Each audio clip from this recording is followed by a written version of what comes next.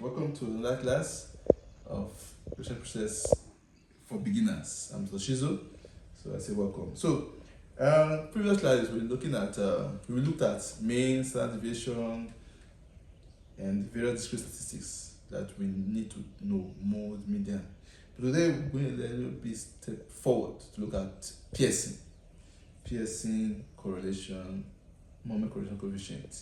So, Pearson is usually used when you want to find a relationship between two variables. That is most likely called linear relationship. How variable 1 relates to that variable 2. So if probably ask a question, you have a question in maybe your research question or in an exam, they ask you, what's the relationship between score A and score B? You might should go to what? Pearson. But if peradventure they ask you magnitude of relationship, you might should go to regression, but that is for a higher class. We're not there yet. So let's stick with Pearson first, which is simpler for us to use. I said it was beginners. So the topic I will be using is on wastewater management. So maybe I have a question. I want to find out how does knowledge relate to attitude or waste management. So ask this question: what is the relationship between knowledge of waste management and attitude of waste management? How will I solve it? It's basically using what? Pearson.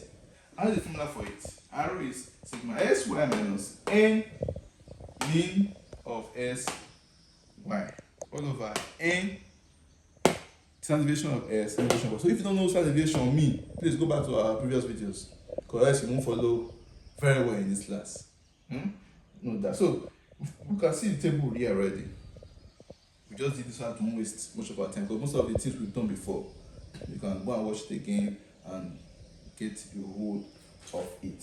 So S here stands for our knowledge, Y stands for our attitude. So assuming that you've gone to the field, give your questionnaire to your respondents, and the question came to you back, so you now convert those your responses to scores. Let's say person 1 scored 45 in knowledge, person 2 scored, person 1 again scored 32 for attitude question, person 2 scored 30 for knowledge question, then 39 for the same person. You understand? The same person, not different people, the same person, but different variables. Is that clear? The same people, not different people, but the same people. Want to find how one variable relates to another what variable, the same what respondents. Please note that down. Then person 3 has 53 knowledge, 45 attitude. Then it goes like that. So these are the scores I have what derived from my questionnaire. Okay. Yeah, thank you. So in view of this, I say what's the relationship between the two variables S and Y, which was knowledge and what attitude, as the case can be. You can see here. Let me just put it here so people won't get confused. S knowledge, attitude is Y. So that's it. So then let us substitute our value. So we've done most of the things here because we haven't wasted time. This you can see we have to get SY, which is so here. We have to get mean of S and Y. I'm getting mean of S and standard deviation 2. Standard deviation is the formula. It's sum of S square, mean square, n. So we have to get this also for standard deviation for to Pearson. And mind you, you can use SPSS and all those softwares to solve it. But if like you're from the other countries, you don't have money to get a laptop, or you can't pay for a statistician, you can do it yourself. No matter how long your data is, it will take you what time. If you are very careful, you will arrive at the same result that the computer will give you. So I'm showing you this. So S squared, 45 times 45 gave us this. 30 times 30, which is square of 30, gave us this. 53 times 53 gave us this. 57 times 57 gave us this. 76 times 76 gave us this. That's square of it. The same thing also run through for the y squared too. Square of 32 gave this. Square of 39 gave this. So we got our values. And to make things very fast for you, just the next thing we now did SY, which is multiplying s and y. 45 times 32 gave us this. 30 times 39 gave us this. And 53 times 45 gave us what? This. That's how we got this our 10. Right? We didn't stop there. You can see the summation. Summation of s gave us 261. You ask, why do we need this? Because we need to get our what? Mean. Mean is needed for the Pearson, also needed for what? Standard deviation. So let's solve the mean. So mean for s is, you will add everything together. Is, you know the formula for mean? Mean is sum of s over n. So since we don't have frequency, so it's not a group data. Formula is 261. I mean n is 1, 2, 3, 4, 5 over 5. Okay, so I think we'll get 42. We'll get 52.2 as the mean of s. Then for y, add together, we get 211. That is sum of y, 211 all over 5 will give us 42.2. Are we there? Simple. We've not touched this yet. We just what mean. Let me just bust it out to get confused. So now we want to get our final what? Deviation this time. Standard deviation this time for, let's find s. We won't solve for y, we'll find s. You solve y yourself. So standard deviation for s, you substitute your values, everything is here. Sum of s squared is what? We add this, all this s squared give us 14,759. So straight away 14,759 all over 5 minus mean square, which is 52.2 square.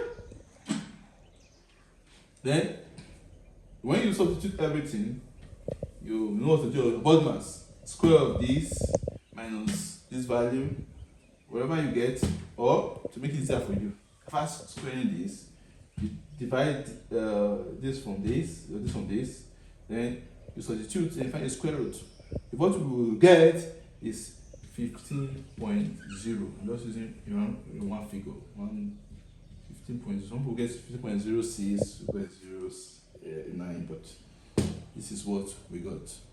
Then if you do the same formula for sy actually give us 6, as the standard version of y is usually supposed to give us, if you do it yourself using the same substitution, because the y square is here already, sum of y square is here, the mean of y is here already, all over it's in 5. Out there, I'm sorry, you pull me 0 minus. You understand? So you divide this from this and do your square root and get. So we got a standard deviation of y is 6.37. Out there, so we've gotten everything we need to do our what? Pearson. Out there, so let me clean the board and we'll continue. So everything is there for us now.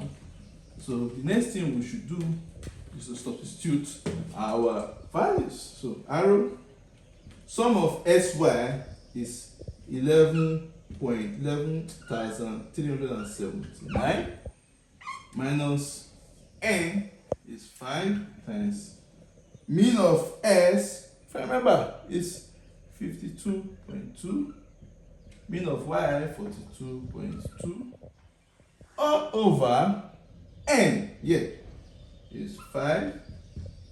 Standard deviation of s, remember, 15.0. And standard deviation of y, remember very well, is what? 6.37. So when you do everything, you solve it very diligently the way it should be, you ought to get 364.8 all over 477.75. So your value will give you 0.76. Out there. So our arrow is what? 0.7 what? 6. They will ask you, sir, what does this mean? We have a score of 0.76 based on the question asked here. Let me just make it clear. This is very important. Solving it is one thing. Then interpreting it is another thing. So in Pearson, your values start from -1 to +1. So if you solve Pearson and you are getting 1.2, 1.3, 1.4, at times you see 10, 20, my brother, my sister, you've done something wrong somewhere. So go back, find where the problem is coming from. Because your score ought to be from that 0.000 something to 1. Your highest score should be 1. And if you have a 1, means that it's a perfect what? Relationship, which is almost impossible to what? To get. How dare? So if most of my students, I will tell them the truth that okay, to interpret, you see a score of 0.0 to some will tell you it depends on value 0.4. You can categorize it, the relationship, as a weak relationship, right? Let's just use 0.49. Then you get a score of but some people will tell you this is relationship still moderate. They will tell you that, but just to be on the safe side, interpreting 0.5 to 0.7, yeah, 0.079, can call it a moderate relationship or fairly strong relationship. Yeah. Then we have 0.8 to 1.0. That's a pretty strong relationship. Some people say 0.4, some say 0.9 is when you say it's strong, but you have it also. We have this 0.76. So if I'm to interpret this from my perspective, I'll tell you it's a fairly strong relationship, or some will tell you it's a moderate relationship. The interpretation will say it's a what? A moderate relationship. Then to see if it's positive or negative, you can see that we don't have any sign here. Yeah, let me point this very clearly. There's nothing here. At times, after solving, you see a minus. But when we solve finish, we didn't see anything. It means there's a what? Plus. So if you see something like this, means to make it very clear, a question asks is what relationship between knowledge of waste management and attitude of waste management. What you will say is that from this, there's a positive, moderate relationship between knowledge of waste management and what? Attitude of what? Waste management. Out there, this is a moderate. You can also say fairly strong relationship. What that implies that as knowledge increases, attitude moderately what? Increases too. If the other way around, we had a negative value here. If it was a minus here, it means that as knowledge what? Increases, it reduces what? The attitude. It happens at times to some, it depends on what you are working on. You understand? But for this study now, we can say that as knowledge of waste management increases among these respondents, the attitude tends to what? Increase too. So we mean that if we want to work on this respondent, we need to keep on giving them that knowledge about waste management, so they will keep on having a good attitude, a positive attitude, a concern towards what? The waste management, their practices they are trying to do. How we did. So I think we've come to the end of today's class on Pearson. So next week we'll be looking at higher statistics, where we're looking at t-test, paraventure, maybe there's time chi-square, as the case may be. Please, if you have any questions, let us know, and have